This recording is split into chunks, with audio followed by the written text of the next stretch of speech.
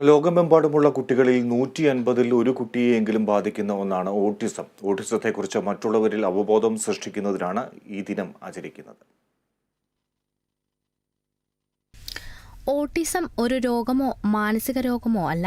ജീവിതത്തിന്റെ വിവിധ മേഖലകളിലെ അസാധാരണമായ കഴിവുകളാൽ സവിശേഷമായ ഒരു ചിന്താരീതിയാണ്.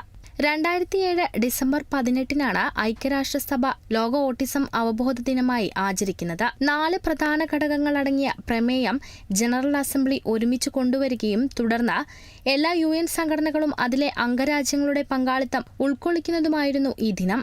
ഓട്ടിസം എന്നാൽ ഒരു neural development ഡിസോർഡറാണ്.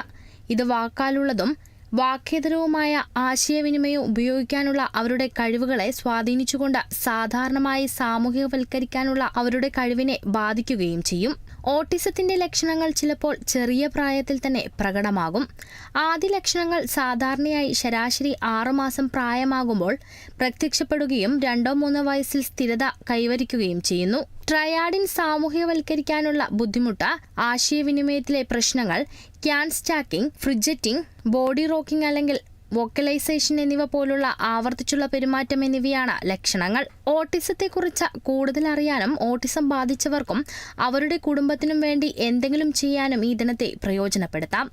Health desk, Kerala vision news.